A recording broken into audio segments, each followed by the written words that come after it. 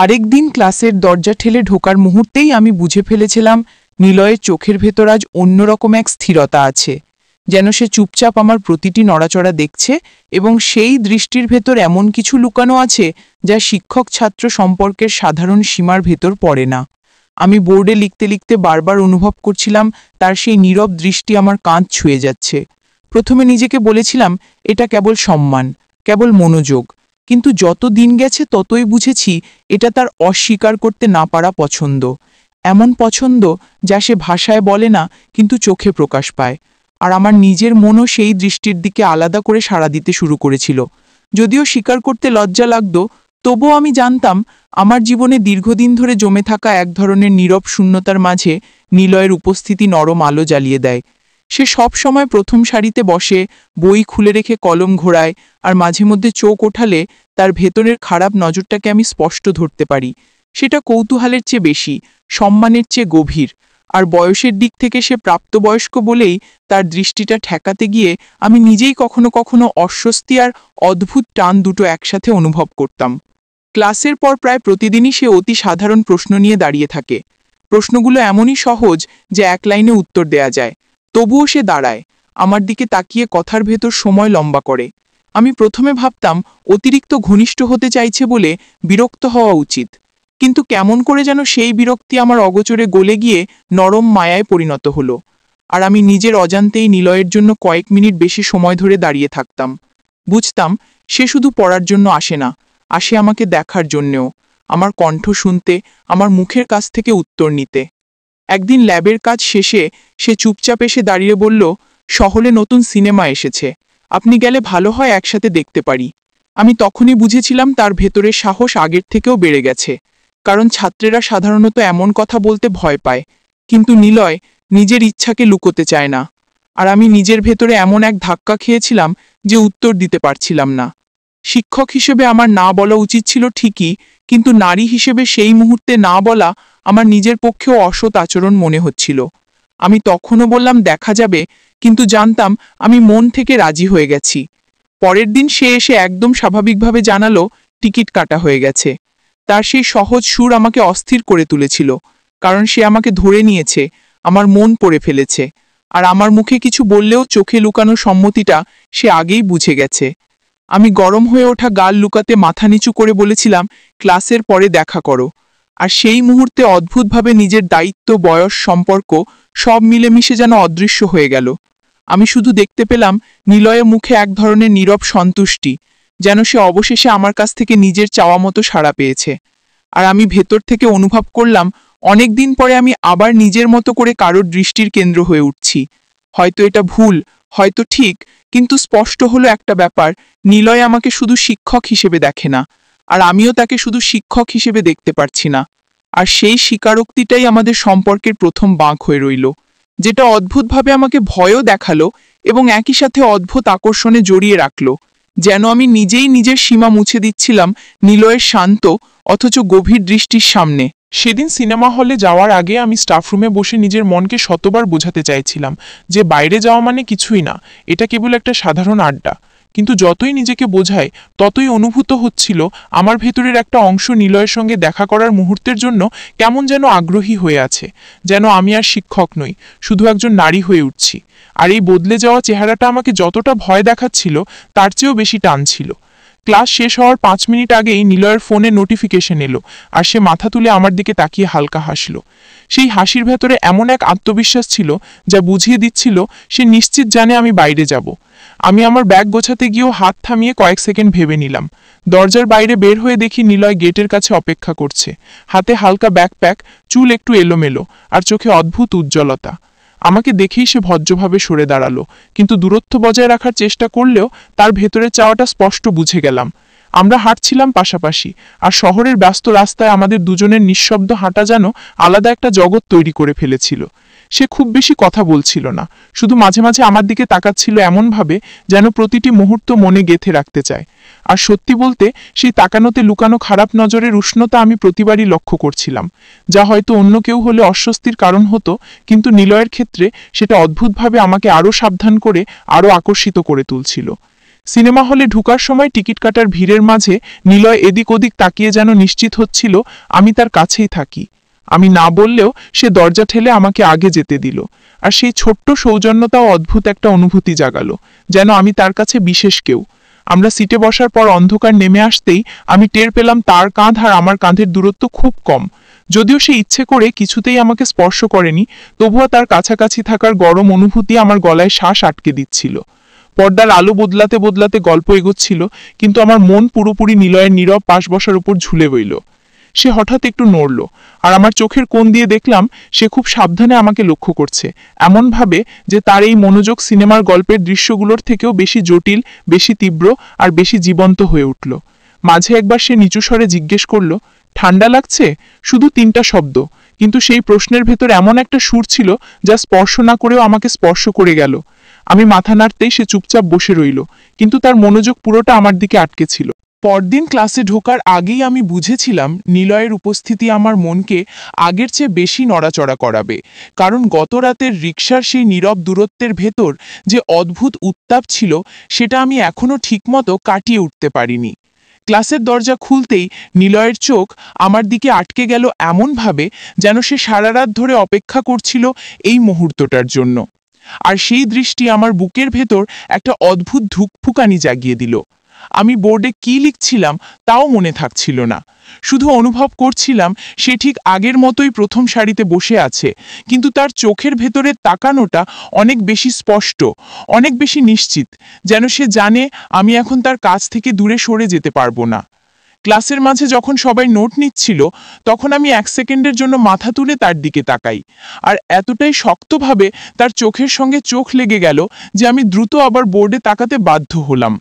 কিন্তু ততক্ষণে আমার ভেতর পুরো ছন্দটাই বদলে গেছে। তার সেই খারাপ কিন্তু সোজাসাপটা নজর আমাকে এক ধরনের স্বীকারোক্তির মতোই মনে হলো, যেন সে আগের রাতের নৈকট্যকে আর স্বাভাবিক কিছু বলে মানছে না। ব্রেকে আমি স্টাফ রুমে যাওয়ার চেষ্টা করছিলাম, কিন্তু দরজার কাছে আসতেই দেখি নিলয় হঠাৎ সামনের দেয়ালের পাশে দাঁড়িয়ে আছে, যেন অপেক্ষা করছিল। আমার দেখা পাওয়া মাত্র সে নরম গলায় বলল, 1 মিনিট। তার সেই গলার স্বর এত শান্ত অথচ এত দাবি নিয়েছিল যে আমি থেমেই গেলাম। সে বলল, আমি গতকাল ভালো লেগেছিল কিনা। আমি কিছু বলার আগেই সে যোগ করল যে আমার নীরবতার চেয়ে বড় উত্তর আর কিছু নেই। আর সেই কথাটা শুনে আমার শরীরের ভেতর এমন এক নড়াচড়া হলো যা লুকানো যায় না।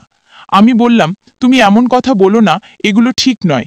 কিন্তু কথাটা যে পুরোপুরি সত্য ছিল না সেটা আমার নিজের কণ্ঠই ফাঁস করে দিল, কারণ আমার চোখে তখনও সে গত রাতের কাছে আসার মুহূর্তগুলো ঘোরাঘুরি করছিল।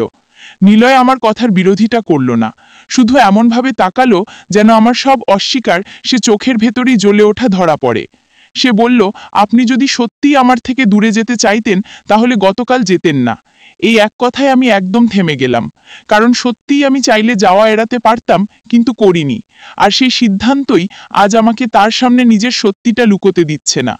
আমি চুপ করে দাঁড়িয়ে থাকতেই সে মাথা একটু নিচু করে বলল, আমি আপনাকে বিরক্ত করতে চাই না, কিন্তু আপনার সাথে সময় কাটালে মনে হয় সব ঠিক হয়ে যায়। আর এই কথায় আমার ভেতর এমন এক নরম অনুভূতি তৈরি হলো যা শিক্ষক ছাত্র সম্পর্কের কোনো বইতে লেখা নেই।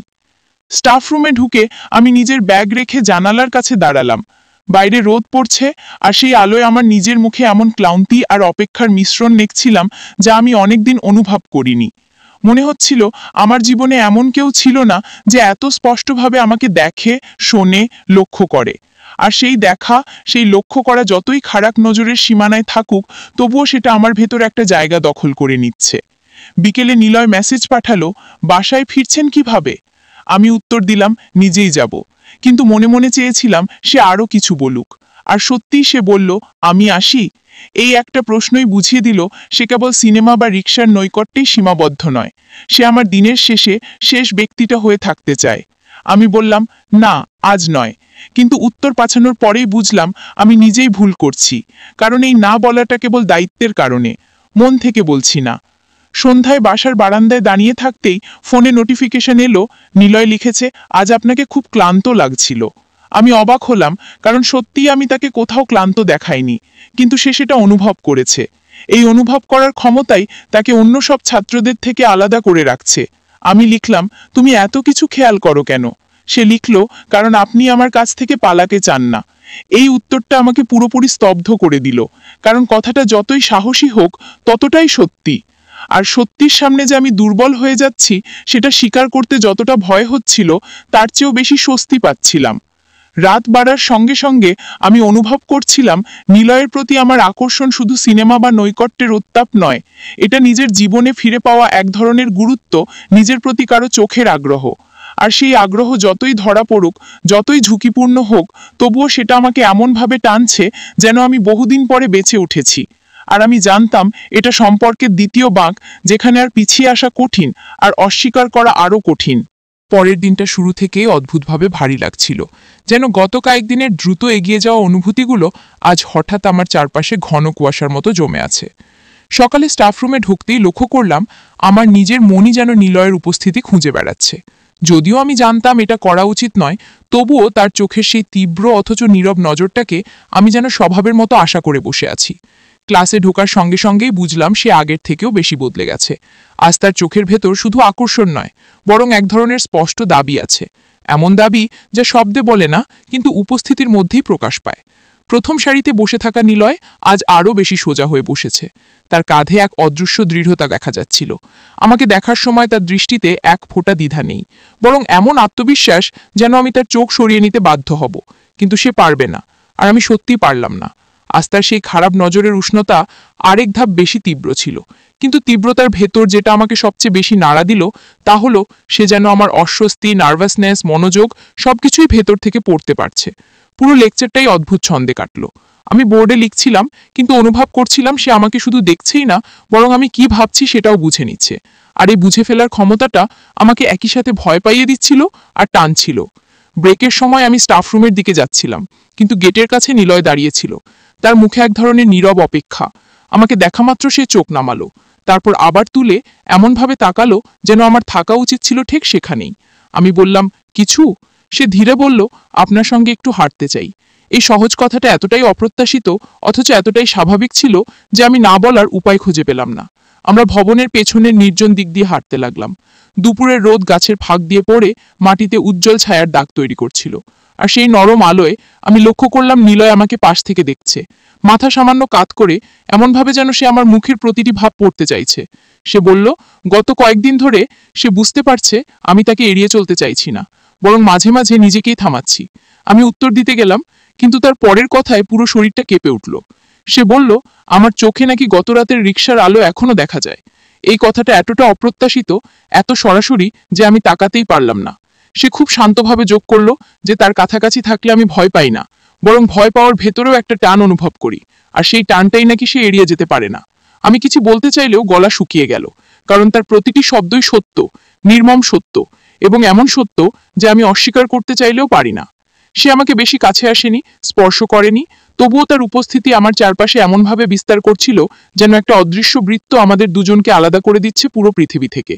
হাঁটতে হাঁটতে আমি একসময় দাঁড়িয়ে গেলাম, কারণ মনে হচ্ছিল নিলয়ের নীরব দৃষ্টিতে আমার ভেতরের সমস্ত অগোচর ভাবনাগুলো পড়ে ফেলছে। আমি বললাম, নিলয়, এটা ঠিক না।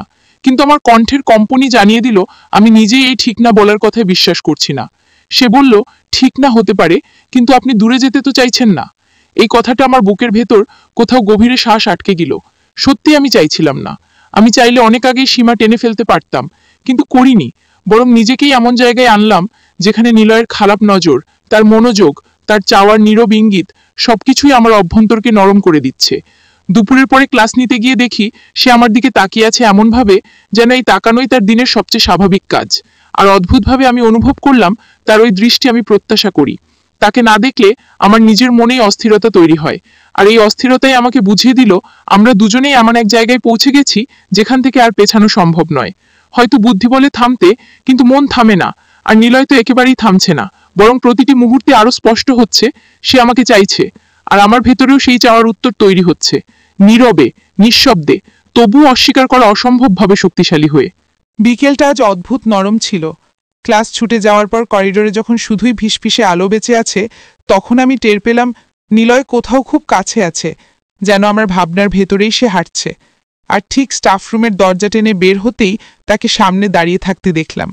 তার চোখে আজ এমন এক শান্ত অথচ স্পষ্ট উষ্ণতা ছিল যে সেটা দেখেই বুকের ভেতর ধীরে একটা স্পন্দন জাগল। সে কিছু না বলে খুব শান্তভাবে আমার দিকে তাকিয়ে রইল, যেন সে জানে আমি তাকানো সরাতে পারবো না। আর সত্যিই পারলাম না। আমার নিজের দৃষ্টি তার চোখ থেকে সরে যেতে চাইলে ওরা যেন আমাকে ফিরিয়ে নিয়ে আসে। একসময় সে ধীর স্বরে বলল, আপনি কি একটু সময় দিতে পারেন? এত সহজ শব্দ, এত নরম স্বর, কিন্তু তার ভেতরে এমন এক গভীর টান ছিল যে আমি বুঝলাম আমি আসলে অনেক আগে থেকেই এই অপেক্ষাটাই করছিলাম। আমরা দুজনেই নীরবে মাছের দিকের পথ ধরে হাঁটতে লাগলাম। বাতাস একটু ঠান্ডা, রোদ গাছের পাতায় আটকে আছে, আর সেই নরম আলয় নিলয়ের পাশে হাঁটতে হাঁটতে মনে হচ্ছিল পুরো পৃথিবী হঠাৎ দূরে সরে গেছে। শুধু এই কাছে আসা নিঃশব্দ অনুভূতিটাই রয়ে গেছে। সে পাশে হাঁটছিল খুব শান্ত, কিন্তু তার প্রতিটি পদক্ষেপে এক অদৃশ্য উষ্ণতা ছিল, এমনভাবে যেন সে আমাকে কিছু না বলেও আশ্বস্ত করে যাচ্ছে। তার দৃষ্টি আজ আরও কোমল, তবুও সেই কোমলতার বাঁকেই লুকানো আছে গভীর চাওয়া, এমন চাওয়া যে আমি অস্বীকার করলেও সে পড়ে ফেলে। হাঁটার মাঝেই সে খুব অনায়াসে বলল, আজ আপনাকে দেখে মনে হচ্ছে আপনি আমাকে আগে থেকেই খুঁজছিলেন। তার এই সরল মন্তব্যে আমার গলা শুকিয়ে গেল, কারণ সেটা অবিশ্বাস্যভাবে সত্যি। আমি জানি শিক্ষক হিসেবে আমার এভাবে অনুভব করা উচিত নয়, কিন্তু তবুও আজ নিলয়ের পাশে দাঁড়িয়ে সব নিয়ম যেন কাগজের মতো পাতলা হয়ে ভেঙে যাচ্ছিল।